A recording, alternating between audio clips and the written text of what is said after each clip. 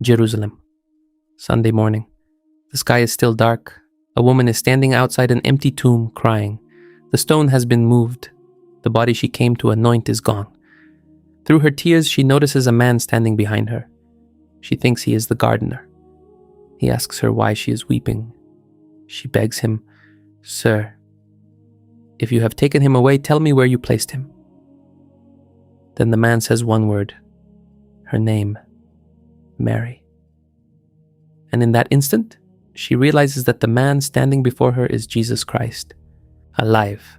But what happened next was almost unthinkable in the world she lived in. Jesus entrusted to Mary a message he had not yet entrusted to Peter, John, or any of the 12. The most important announcement in Christian history. Why did he choose her? Why a woman who had once been tormented by 7 demons? Why someone whose testimony would not even have been accepted in a court of law? The answer is hidden in something Mary did when almost everyone else had already walked away. She remained. And because she remained, she saw what the others missed. But centuries later, the world would attach another story to her name, a sin the Bible never says she committed. For almost 1400 years, paintings, sermons, books, and movies repeated that version of Mary Magdalene, until the church restored a title that revealed who she truly was. And before this video ends, I will show you the Vatican document that officially brought that title back. Because when you understand the true story of Mary Magdalene, you may never look at your own past, your reputation, or your worst chapter in the same way again. If you are wearing a cross or a medal right now, hold it for a moment. And if you have ever carried a label you did not deserve, write in the comments, "Mary Magdalene, pray for me." Because this is not the story of the woman the world invented. This is the true story of Saint Mary Magdalene. Magdala, the woman behind the name. To understand her, you have to start with the name itself. Magdalene is not a family name. It means the woman from Magdala. Magdala was a fishing town on the western shore of the Sea of Galilee, a few miles from Capernaum. Archaeologists have been excavating it for years. They found a 1st century synagogue there, one of the oldest ever discovered in Galilee, and inside it, a carved stone that may have stood in the very room where Jesus preached. Magdala lived off the water, boats, nets, and above all, salted fish, which the town exported across the region. It was a working town. Real, loud, smelling of the lake. That is where she was from. And here is what the Gospels actually tell us about her past. It is one sentence, 1. St. Luke chapter 8. Mary, called Magdalene, from whom 7 demons had gone out. 7 demons. The Gospels do not describe what that looked like. They do not tell us how long she suffered or what her days were like, or what the people of Magdala said about her behind her back. Scripture leaves it in darkness, and I will not invent what God chose not to reveal. But stop and think about what that sentence means for a human life. In the ancient world, a person tormented like that was not just sick. She was marked, avoided, feared. Whatever those 7 demons were, they had taken her life from her, her peace, her nights, possibly her family, her place in the town, her name in every conversation she was not part of. And then she met Jesus of Nazareth. We do not know where, we do not know the day. The Gospels record no dialogue, no dramatic scene. Just the result. 7 demons had gone out. He set her free, completely. The kind of freedom where you wake up one morning and the war inside you is simply over. Try to imagine her first morning of freedom. Waking up and waiting for the torment to start, and it does not start. Listening for the voices, and hearing only birds and water and the boats going out. Realizing slowly, carefully, the way you test a healed leg before you put weight on it, that it is actually gone. That she is alone in her own mind for the first time in years. Some of you watching know exactly what that morning feels like because you have lived a version of it. The morning after the addiction broke, the morning the depression finally lifted. You do not celebrate that morning, you cry through it. Now, what do you do with a life that has been handed back to you? Luke tells us exactly what she did with hers. He writes that Mary Magdalene traveled with Jesus and the 12 alongside other women, and that these women provided for them out of their own resources. Read that again. She had resources, money, means, which tells us something the movies never show. Mary Magdalene was very likely a woman of some independence, and she spent what she had funding the mission of the man who saved her. She did not just follow Jesus, she helped pay for the bread he ate. From that point on, she appears in the Gospels more often than most of the apostles. And in the lists of the women who followed Jesus, her name almost always comes first. The Gospel writers were careful with the order of names. First place meant something. She had been the woman with 7 demons. Now she was first. Hold on to that pattern, because everything that happens next flows from it. When Jesus restores someone, he does not restore them halfway. The one who did not run, now come with me to the worst week in human history. Thursday night, the Garden of Gethsemane. Soldiers arrive with torches and clubs. Judas gives his kiss, and the Gospel of Mark records the collapse of the 12 men closest to Jesus in one devastating line. They all deserted him and fled. All of them. Peter, who had sworn hours earlier that he would die before abandoning him, follows at a distance, and then denies 3 times that he even knows the man. The rest scatter into the dark. These are the apostles, the foundation stones, the men who saw him walk on water, gone. And Friday on the hill called Golgotha, when Jesus is lifted up on the cross between 2 criminals, St. John writes down who was actually there. Standing near the cross of Jesus, his mother's sister, Mary, the wife of Clopas, and Mary Magdalene. Of the 12, only John came back. The others were behind locked doors. But she was there, standing in the crowd that mocked him, under the eyes of Roman soldiers, in a place where being identified as his follower could cost you everything. She watched him struggle to breathe. She heard the hammer. She heard him forgive the men who were killing him. She stood through all 6 hours of it. And here is the detail that undoes me every time I read it. When it was over, when Joseph of Arimathea took the body down and wrapped it in linen and laid it in his own new tomb, most people would have finally gone home. There was nothing left to do. It was finished. St. Matthew writes, Mary Magdalene and the other Mary were there, sitting opposite the tomb. Sitting opposite the tomb. She could not save him. She could not stop any of it. So she did the only thing love had left. She refused to leave. She sat in the dust in front of a sealed grave and kept him company after he was dead. Then came the Sabbath, when the law forbade her to travel or work. Imagine those hours. The longest day of her life. A whole city celebrating the holy day while she sat somewhere with her grief, replaying the sound of the hammer. Somewhere in that same city, behind the bolted door, the men were hiding, asking each other if the soldiers would come for them next. Nobody in that room was planning anything. Hope was dead and buried with him, except one woman was planning something. She was counting the minutes until sundown, because she had already decided what she would do the moment the Sabbath ended. Mark tells us, when the Sabbath was over, Mary Magdalene, Mary the mother of James, and Salome bought spices so that they might go and anoint him. She spent her money on him one last time, burial spices, myrrh and aloes for a body 3 days dead. She was not going to that tomb expecting a miracle, let that be clear. She was going to finish a funeral. She expected a corpse, a heavy stone, and the smell of death. She went anyway. That is who she was.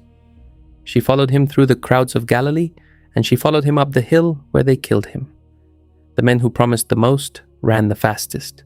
The woman who had been given the most stayed the longest, and God was watching who stayed. The garden, the first witness Sunday, before dawn. St. John says she came to the tomb while it was still dark. She sees the stone rolled away, and her mind goes to the only place a grieving mind can go: robbery, desecration. She runs. She finds Peter and John and tells them, "They have taken the Lord out of the tomb, and we do not know where they have laid him." The 2 men race to the tomb. John outruns Peter, looks in, sees the linen clothes lying there. Peter goes inside. The cloths are folded. The body is gone. John sees and believes something has happened. And then the gospel says the disciples returned to their homes. They went home. She did not. She stood outside the tomb weeping. And because she stayed, she saw what they missed. She bent down to look into the tomb one more time, and there were 2 angels in white sitting where the body had been. They asked her, "Woman, why are you weeping?" Even the angels did not stop her tears. She answered them the same way. "They have taken away my Lord, and I do not know where they have laid him." Then she turned around, and Jesus was standing there, and she did not recognize him. I have thought about that detail for years. She had followed him through Galilee. She had stared at him on the cross for 6 hours, and now her eyes slide right past him. She supposes he is the gardener. Maybe her tears blinded her. Maybe the risen Christ is not recognized until he chooses to be. Either way, she makes the gardener an offer that still breaks my heart. "Tell me where you have laid him, and I will take him away." I will take him away. One woman offering to carry the body of a grown man by herself. Grief does not do math. And then Jesus does not give a speech. He does not explain the resurrection. He does not appear in blinding glory. He says her name, Mary, one word. The word that was hers before the demons and hers after them. The voice that had set her free once before. Saying the name that meant, "It is me. And I know exactly who you are."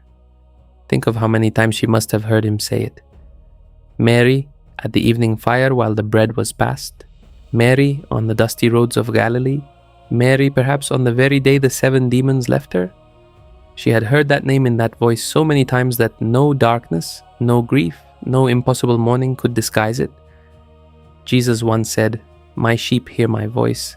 I call them by name and they follow me." In a garden outside Jerusalem, that sentence stopped being a teaching and became a scene. She did not recognize his face. She recognized being known. She turned and answered him in Aramaic, "Rabboni," teacher. Everything she had lost on Friday was standing in front of her, alive, saying her name.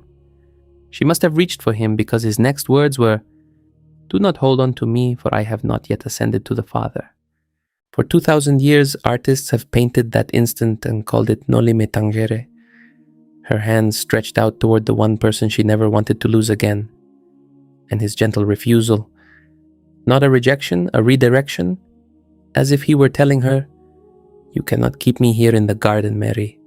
Something greater than a reunion is happening, and I need you for it." And then Jesus gives her something no human being had ever received. He gives her the message. He says, "Go to my brothers and tell them I am ascending to my Father and your Father, to my God and your God." Go and tell them. Understand what just happened. The single most important announcement in the history of the world.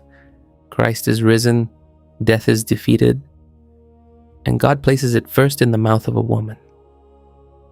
Now, here is the historical detail that turns this from beautiful into staggering. In 1st century Judea, a woman's testimony carried no legal weight. The historian Josephus records that women were not accepted as witnesses in court. If you were inventing a religion in that world, and you wanted people to believe your central miracle, the very last thing you would write is, "The first witness was a woman." Your own audience would use it against you. Skeptics did exactly that for centuries. The gospel writers recorded it anyway, all 4 of them. Matthew, Mark, Luke, and John disagree on small details of that morning the way honest witnesses always do, but on this one point they are unanimous. The women were first, and in John, Mary Magdalene is the first of all. Scholars even have a name for this kind of evidence, an embarrassing detail that no one would fabricate, preserved simply because it was true. The early church paid a price for that honesty. The pagan philosopher Celsus, attacking Christianity in the 2nd century, sneered that the whole faith rested on the word of a hysterical female. That was the insult, and the church answered in effect, "Yes, on her word, and we are not changing it." But I do not think God was being careless with his witnesses. I think he was making a point. The world says her word is worth nothing. God says then she will be the one who announces my victory. She went. Picture her running back through the waking city, past the market stalls opening, past Roman soldiers who had no idea the empire of death they served had just been overthrown. She found the disciples grieving behind their locked doors, and she spoke the sentence that founded Christian preaching. "I have seen the Lord." Did they believe her? St. Mark is brutally honest about it. They did not. St. Luke says her words seemed to them like nonsense. The first sermon in Christian history was preached by a woman and rejected by the future leaders of the church. She knew what it was to tell the truth and not be believed. Remember that the next time you speak about your faith and someone rolls their eyes, you are in very good company. But she had done her part. The message was delivered. And within hours, Jesus himself walked through their locked door and proved every word she had said. Centuries later, St. Thomas Aquinas, the greatest theologian the church has produced, looked at that scene and gave her a title that should take your breath away. He called her Apostolorum Apostola, the apostle of the apostles, the one sent to the ones who were sent. Before Peter preached to anyone, someone preached to Peter. And it was her. Hold on to that title, Apostle of the Apostles, because you are going to hear it one more time before this video ends. Printed inside the Vatican document I promised you, but first you need to see how the world buried it for 14 centuries. The mistake that lasted 1,400 years. So how did that woman, the founder of the mission, the last one at the cross, the first witness of the resurrection, become known to the whole world as a prostitute? Because that is what you were probably told. It is in the paintings where she appears half dressed with flowing hair and a jar of perfume. It is in the movies. It may have been in a homily you heard. And it is not in the Bible. Anywhere. Search the Gospels from beginning to end. Not one verse calls Mary Magdalene a prostitute. Not one verse connects her to sexual sin of any kind. Her only recorded affliction is the 7 demons. That is it. So where did it come from? It came from a sermon. One sermon. In the year 591, Pope St. Gregory the Great preached a homily in Rome. Gregory was a genuinely holy man, a doctor of the church, and he was trying to give his people a powerful image of repentance. In that homily, he merged 3 different women from the Gospels into one person. Mary Magdalene, Mary of Bethany, the sister of Martha and Lazarus, and the unnamed sinful woman in Luke chapter 7, who washed the feet of Jesus with her tears. 3 women. One sermon, and from that day forward, in the Western Church, they fused into a single character. Mary Magdalene, the repentant prostitute. He was not lying, he was interpreting and he got it wrong, but he was the Pope, and the interpretation stuck. For 1,400 years, 14 centuries of paintings, Titian painted her penitent, eyes to heaven, barely covered. Donatello carved her gaunt and broken by remorse. Walk through almost any great museum in Europe or America, and you will find her there, always the same character. The beautiful sinner, weeping for a past the Gospels never gave her. 14 centuries of literature repeated it. Whole institutions for so-called fallen women were named Magdalene houses, and some of them in the last 2 centuries became places of real suffering for the women locked inside. All under the name of a woman who never was what the name had come to mean. By the 20th century, Hollywood inherited the confusion and printed it onto film. And then, in our own time, novels like The Da Vinci Code piled new fiction on top of old error, claiming she was secretly the wife of Jesus and the mother of his children. Millions of people read it. Some believed it. So let me be plain. There is no historical source for that claim. Not in the Gospels, not in the writings of the first Christians, not in any document a serious historian accepts. Even the late fragments that novelists point to say nothing of a marriage. It is fiction sold as revelation. And notice the strange fate of this woman. For 14 centuries, the world made her less than she was, and then turned around and invented for her a role she never claimed. The one thing the world has always struggled to let her be is the thing the Gospels actually say she was. A disciple, a witness, the first one. Here is a detail most people never hear. The Christian East never made Gregory's mistake. The Orthodox churches have honored her for 2,000 years under 2 magnificent titles, mirror bearer and equal to the apostles. While the West painted her as a sinner, the East painted her holding a red egg, announcing the resurrection to an emperor. There is a legend behind that image, and I will say clearly that it is a legend, that she stood before Tiberius Caesar himself and proclaimed Christ is risen, and an egg in her hand turned red as a sign. There is another famous tradition from the south of France. It says that after the resurrection, Mary Magdalene was set adrift with other disciples in a boat without oars, that the boat washed ashore in Provence, and that she spent her final 30 years in prayer in a mountain cave called La Sainte-Baume, where pilgrims still climb to this day. It is a beautiful tradition, and it is centuries old, but I will give it to you as what it is: tradition, not verified history. Other ancient sources say she died in Ephesus. The honest answer is that we do not know where her earthly road ended. What we do know is how the error began to die. In 1969, the church revised the Roman calendar and quietly, officially separated the three women again. The readings for her feast day stopped using the passage about the sinful woman. The correction was made. But corrections in documents do not reach the imagination of the world. In the popular mind, the label remained, and the woman who had been dead for 19 centuries went on being described in books and films and casual conversation by a sin she never committed.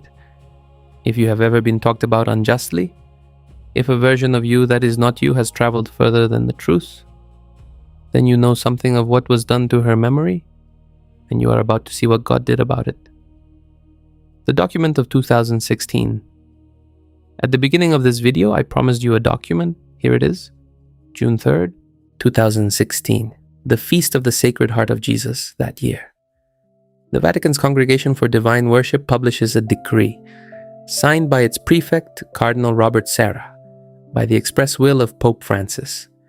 The decree orders that the liturgical memorial of St. Mary Magdalene, celebrated every 22nd of July, be elevated to the rank of feast. If you are not Catholic, or if liturgical language is not your world, let me translate what that means. In the Church's calendar, ordinary saints have memorials.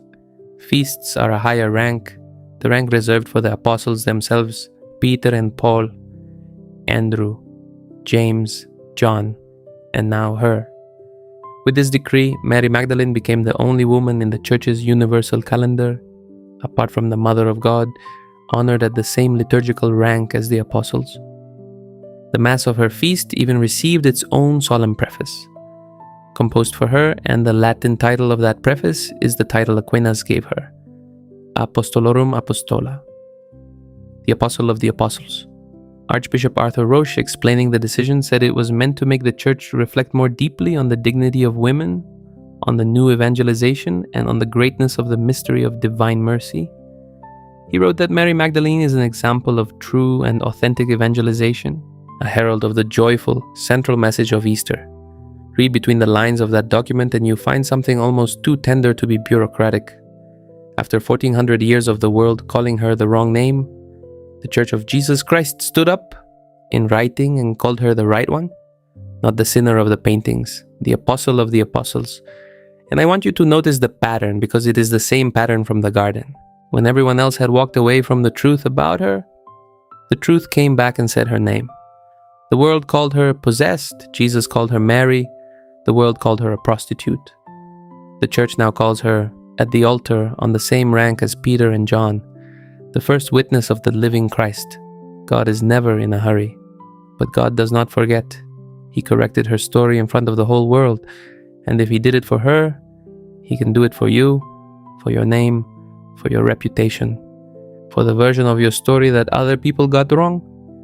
Today the Church invokes her as patroness of converts and penitents, of women, of contemplatives, and fittingly of the misunderstood, of every person the world has judged without knowing. If that is you, she is not a distant figure in a painting. She is assigned to you. This July 22nd, when her feast is celebrated at Mass in every country on earth, with the Gloria sung and her own preface proclaimed at the altar, that correction stands.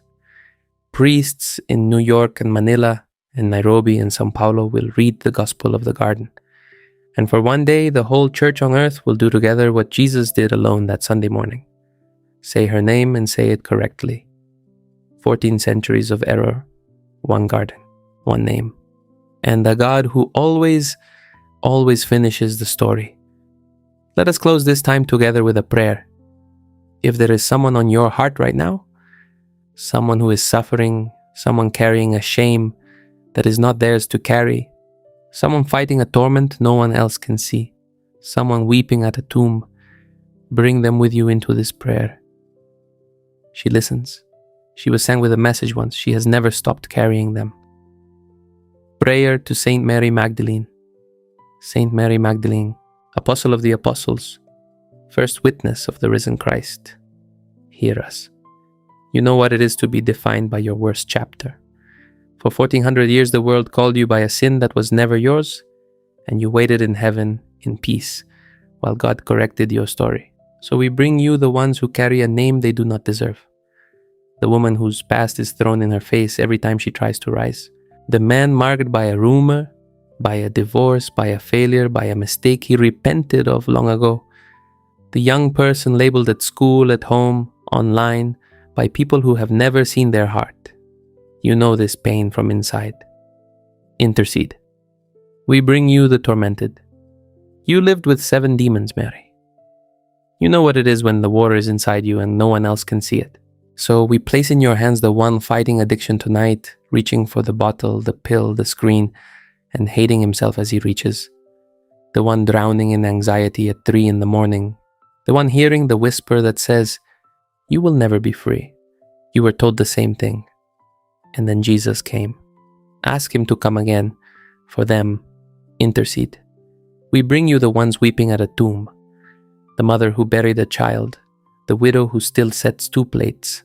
The family that lost someone this year and cannot say the name without breaking. Mary, you stood at a grave, convinced that everything was over, and it was not over. Stay beside them in the dark of their Sunday morning, as the angels found you, and ask the Lord to say their name. Intercede. We bring you the faithful women no one sees. The grandmother whose rosary is holding her whole family to God. The mother who goes to Mass alone, praying for a husband and children who no longer come. The women who stay at the foot of the crosses of this world when everyone else has fled, in hospitals, in kitchens, in silence. You were one of them. Obtain for them the reward of those who do not run. Intercede. We bring you the ones who walked away. The son who has not entered a church in 20 years. The daughter who says she no longer believes. The husband who stays in the car during Mass. Mary, you announced the resurrection to men who did not believe you, and you did not stop announcing it. Teach us your patience, and ask the Lord to let your sentence reach those souls, the sentence you have never stopped speaking. I have seen the Lord. Let it find them in the moment when their defenses are down, and let it stay in them and work in them until they come home. Intercede, and for each of us here, ask the Lord for one grace, Mary. The grace you received in the garden, that in the darkest hour of our lives, when we cannot even recognize him standing in front of us, we may hear him say our name, and that like you, we may turn and answer and never leave him again. Saint Mary Magdalene, Apostle of the Apostles, pray for us. Amen. If you cried at any point during this video, that was not weakness and it was not an accident. God does not waste tears. Mary Magdalene wept at a tomb, and her tears were answered by the first word of the risen Christ. Yours are counted too. Write in the comments, Mary Magdalene, pray for me. And if there is someone you want to place under her intercession, write their name as well. Just the name. She knows the rest. If this story touched your heart, share it with someone who needs it today. With that person who is carrying a label they do not deserve, and who may not know that there is a woman in heaven who understands exactly what that feels like. You can be the one who tells them. Give this video a like so this channel can keep bringing these stories to more families, and subscribe so you never miss one. Right now on your screen, the story of another intercessor that God prepared for you is appearing. Click on it. I will meet you there. You